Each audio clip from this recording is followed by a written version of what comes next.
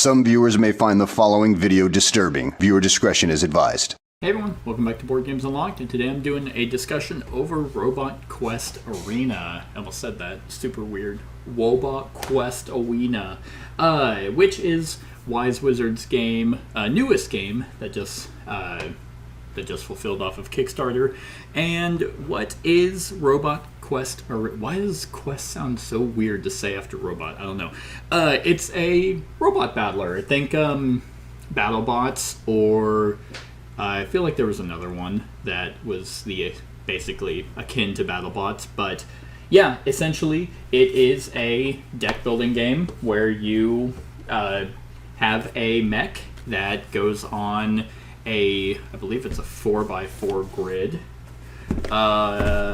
No, it's not a 4x4 grid. It's a 1, 2, 3, 4, 5, 6, 7, 7x7 grid, and you battle out for gems, or essentially victory points. There is a pool of gems out depending on the number of players, and basically each damage you do to a bot, you take the damage in your pool of points, and whenever they die, they come back with full health, and once that pool runs out, then the game is over. I don't really remember why I backed this. I think it's just because at the time I was just backing a bunch of stuff, and Wise Wizard Games does generally really good work with Star Realms, Hero Realms, and Sorcerer. And, I mean, Sorcerer is not a deck builder, but Star Realms and Hero Realms are, and they're insanely popular and insanely good, so you would think Robot Quest Arena would be equally good. And it's not bad. Here's the thing. This is not necessarily a game for me, I think. I think this is a good, lightweight, kind of gateway-ish kind of game. Not necessarily gateway, but it's on the lighter end. Like, you're not getting like insane combos off of like out of your deck. You're not doing like extravagant things with like you would in a game of like Dominion, for example, but it does exactly what it sets out to do. So if you're a person who likes little pre-painted, well, not even really painted, but these almost come off as toys, which I guess they'd be painted or something. They come with that. If you get the Kickstarter version, then you get a few extra ones. So, and they're all adorable. So these are the 7 that you can have total. And they all have their own special ability, depending on if you want to use that or not. The game actually is quite versatile. Like, it has little mini expansion packs for defensive cards and stuff. But if you don't want to deal with that and you just want cards that are going to give you more energy to be able to spend on actions, and then like get a cool rocket launcher or a mortar or just different types of weapons, there is enough versatility that you can still build your deck. It doesn't feel like your decks are going to always be the exact same as everyone else's, so there is some diversity whenever you're playing.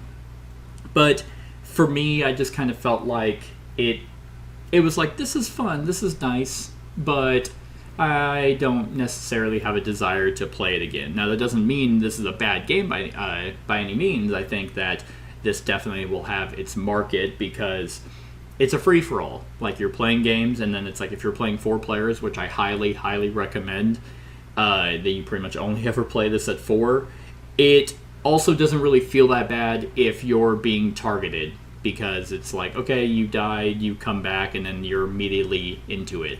You also, some games that are free-for-all shooters, it's also not really shooters, but Adrenaline and Black Rose Wars, there's incentive to kind of go after a particular person, and then whenever they die, it's like, okay, now I'm going to change target. Here, it's just do damage. Doesn't really matter who. Like, you get an extra point if you're the one who kills them, but other than that, it's like, okay, well, if these 4 are the ones that are fighting, and Green comes out and does, plays 2 cards that are 2 attacks with guns, he can do 2 damage to this one, 2 damage to this one, and that's just 4 points that's coming his way. So it, so it doesn't necessarily matter all that much. And then it's like, oh, okay, now it's Gray's turn. Gray does all of his attack on Blue, which kills him. Okay, Blue is out now. On Blue's turn, pop right back into the field, full health,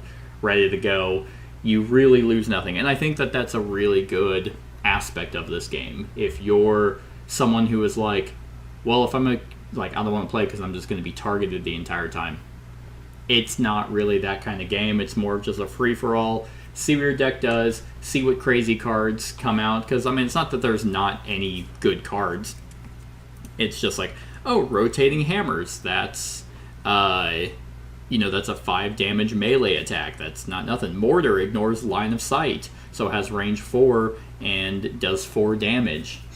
And then you get energy, which gives you kind of like you can use energy to move, and you can also use energy to buy cards. So like the mortar, for example, costs 8 energy, and you're going to want to take cards that give you that.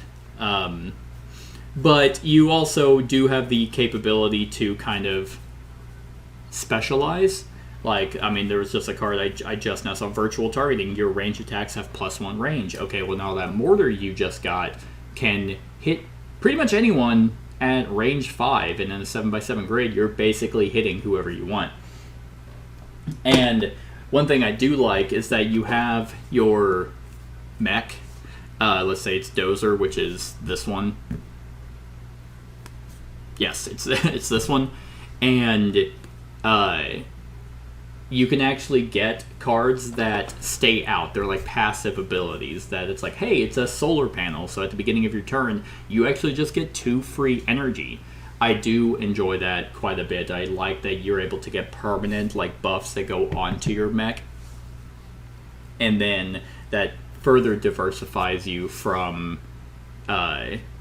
like all the other players. It's like, oh, okay, you can do this kind of stuff, so that means you can like super move, and then you can do multiple melee attacks, so you can kind of rush across the arena and then just punch.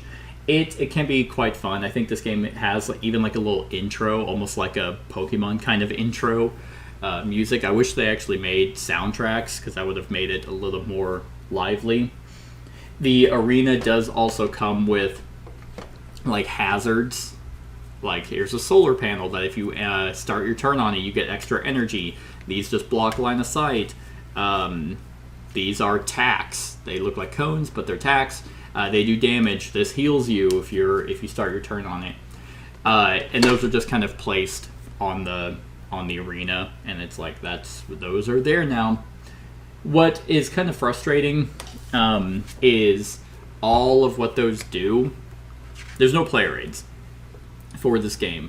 Not that it really needs one necessarily, but I also don't like the special spaces just being a section in the rulebook. I mean, yeah, after a couple plays you're going to know because there's not that many, but it's still kind of annoying when someone is like, oh wait, so what does that do again? Is it just whenever I land there, or is it, no, oh, it's at the start of your turn. Oh, I see. Okay, but that one right there is just when you enter it. It's not that big of a deal because, like I said, you can just kind of see it, but then there's also special tiles that come from expansions that you're not going to know what they do. It's little things that would just be nice. If you don't want to give people a player aid, then what about on the back of your robot sheet?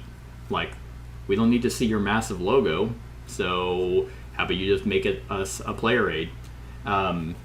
The robots do have special abilities, like Dozer is whenever they push an enemy robot for the first time, you deal a damage to them. Jaws, which is this one, their first melee attack deals an extra damage. Pug, this cute one, the big one right there. Pug can actually spawn on any empty space in the middle, because the middle is also where you want to be. You get an extra point each turn you start there. So Pug can just kind of spawn in the middle of that. Crate it costs +1 move to push them, because you can push mechs and stuff like that.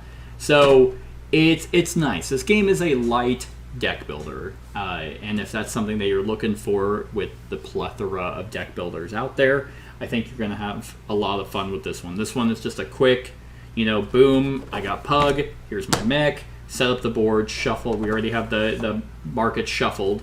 Shuffle that and put them out. and you're good to go.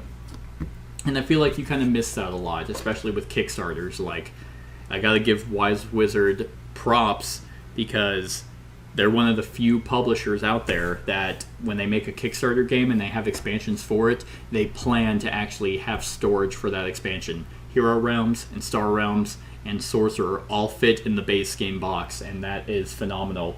With all of the extra mechs and extra tiles and extra cards, all of that fits really nice in the base game box. Like with the all the mechs just go right in that empty spot that I just pulled them from with the board fits, and there's no like lid lift. They actually did something, this is very weird, but where you actually have like those little finger spots to actually lift the box up.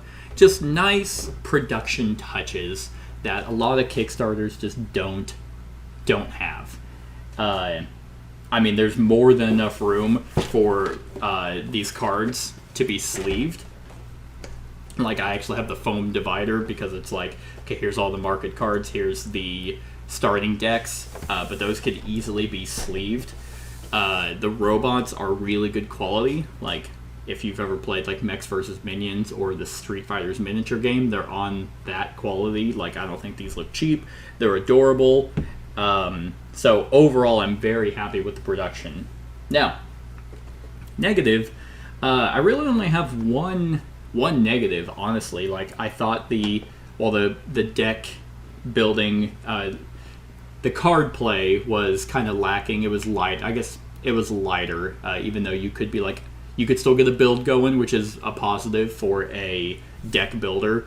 Like, the worst kinds of deck builders I've played where it's like, I don't really feel like I'm different from everyone here. You can have that, especially, like I said, with the permanent mech upgrades you can get. But